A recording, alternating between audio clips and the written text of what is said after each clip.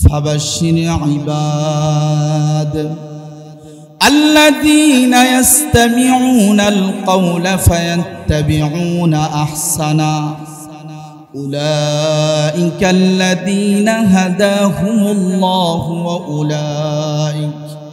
وأولئك هم الألباب আল্লাহ তাআলা বলেন, হে নবী, আপনার উম্মতদের মধ্য থেকে যারা কোরআনের কথা শুনে এবং যারা কোরআনের উত্তম বিষয়গুলোর অনুসরণ করে আপনি তাদেরকে সুসংবাদ দেন।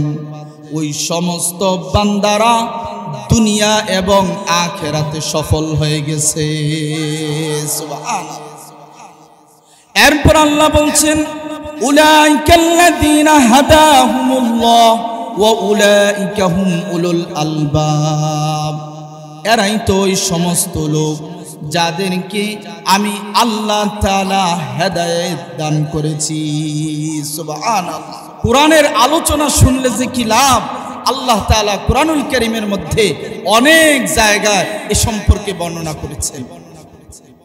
আমি আপনাদেরকে কোরআন শুনলে তো অনেক লাভ আছে, আমি আপনাদেরকে কোরআন থেকে 5টা আয়াত বলবো, যে আয়াতগুলোর মধ্যে আল্লাহ তাআলা বলেছেন যে কোরআন শুনলে কি লাভ। কয়টা আয়াত বলবো?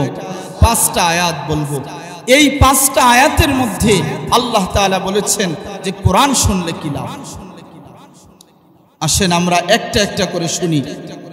আল্লাহ তাআলা বলছেন, 1 নাম্বার হচ্ছে وَإِذَا قُرِئَ الْقُرْآنُ فَاسْتَمِعُوا لَهُ وَأَنصِتُوا لَعَلَّكُمْ تُرْحَمُونَ।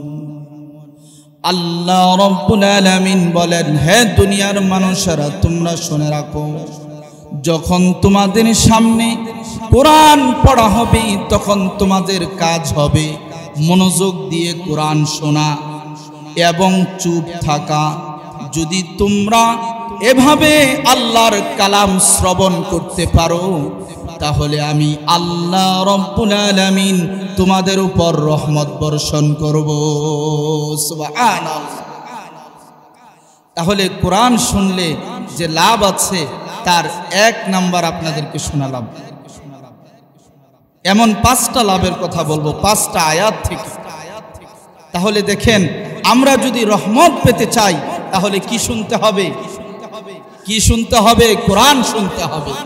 আর কোরআন কিভাবে শুনবো? আল্লাহ বলেন মনোযোগ দিয়ে শুনবে। কিভাবে শুনবো?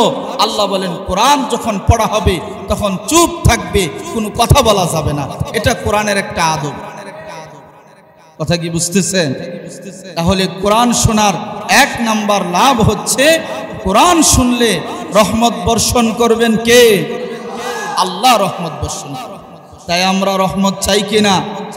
চাই কিনা? তাহলে কোরআন শুনতে হবে মনোযোগ দিয়ে। এটা হচ্ছে 1 নাম্বার লাভ।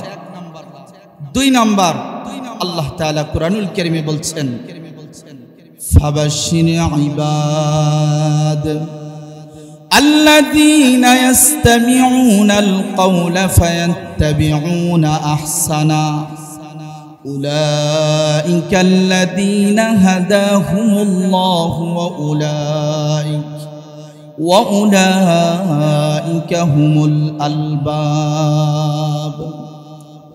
আল্লাহ তাআলা বলেন, হে নবী, আপনার উম্মতদের মধ্য থেকে যারা কোরআনের কথা শুনে এবং যারা কোরআনের উত্তম বিষয়গুলোর অনুসরণ করে আপনি তাদেরকে সুসংবাদ দেন।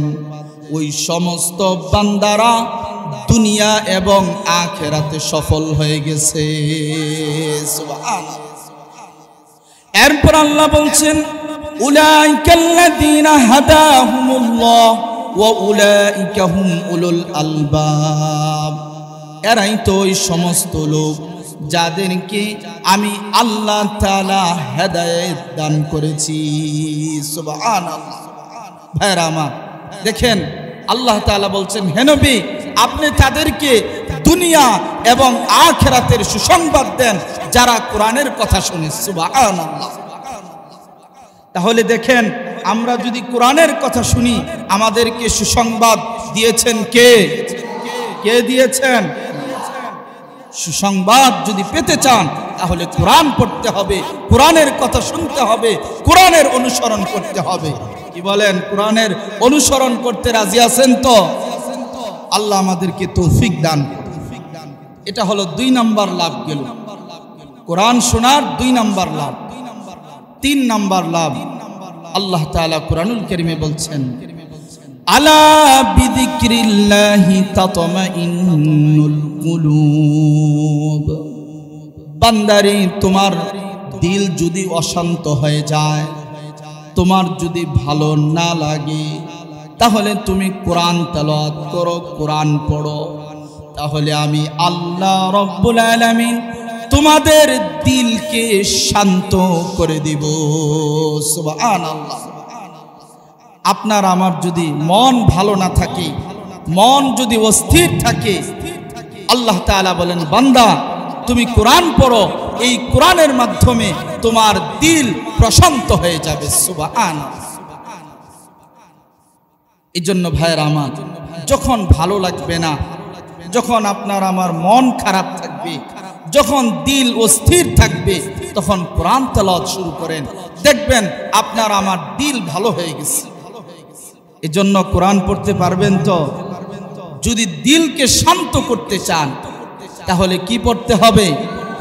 আর কোরআন পড়বেন, আপনার দিলকে শান্ত করে দিবেন কে? আল্লাহ। এটা হচ্ছে 3 নাম্বার লাভ। 4 নাম্বার লাভ আল্লাহ তাআলা বলছেন, وَإِذَا تُلِيَتْ عَلَيْهِمْ آيَاتٌ زَادَتْهُمْ إِيمَانًا।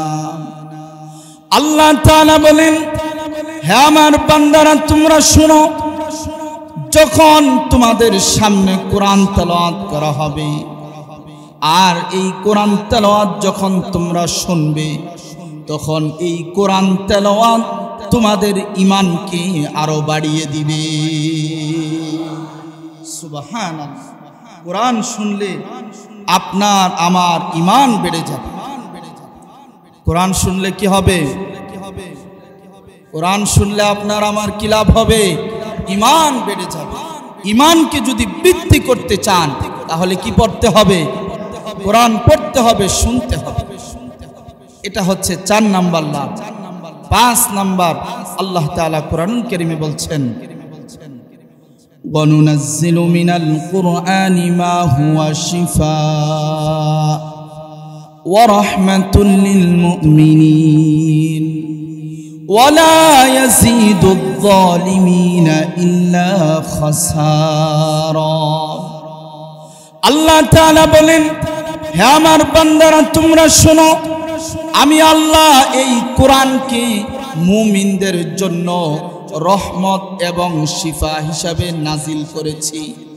ওয়ালা ইয়াজিদুয যালিমিনা ইল্লা খাসারা। আর পৃথিবীর মধ্যে যত জালেম আছে, এই জালেমদের জন্য এই কোরআন রহমত এবং শিফা না। এই জালেমদের জন্য এই কোরআন হচ্ছে তাদের জন্য ক্ষতিকর। এই কোরআন তাদের জন্য রহমত না, এই কোরআন তাদের জন্য শিফা না। এই কোরআন রহমত এবং শিফা কাদের জন্য? যারা মুমিন তাদের জন্য এই কোরআন হচ্ছে রহমত, এই কোরআন হচ্ছে শিফা। কিন্তু যারা জালেম তাদের জন্য এই কোরআন কি না? শিফা না, রহমত না, এটা তাদের জন্য ক্ষতিকর। এটা তাদের জন্য কি?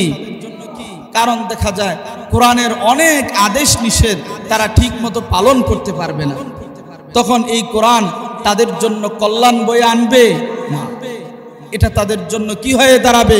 অকল্যাণ হয়ে দাঁড়াবে। তাহলে আমরা কোরআন থেকে জানতে পারলাম যে কোরআন যদি আমরা শ্রবণ করি তাহলে কয়টা লাভ? 5টা লাভ। কোরআন শুনলে কয়টা লাভ? 5টা লাভ। 1 নাম্বার লাভ হচ্ছে, যদি কোরআন শুনি তাহলে আমাদের উপর আল্লাহ তাআলা কি বর্ষণ করবেন? রহমত বর্ষণ করবেন।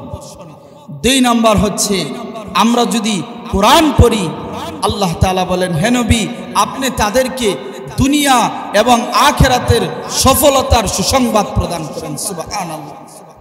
3 নাম্বার লাভ হচ্ছে কোরআন শুনলে দিলটা শান্ত হয়ে যায়। দিলটা কি হয়ে যায়? শান্ত হয়ে যায়। 4 নাম্বার হচ্ছে আল্লাহ তাআলা বলেন কোরআন শুনলে ঈমান বৃদ্ধি পায়। সুবহানাল্লাহ। কোরআন শুনলে কি হয়? ঈমান বৃদ্ধি। 5 নাম্বার এই কোরআনটা মুমিনদের জন্য রহমত এবং শিফা। তাই কোরআনের আলোচনা হলে শুনতে রাজি আছেন তো?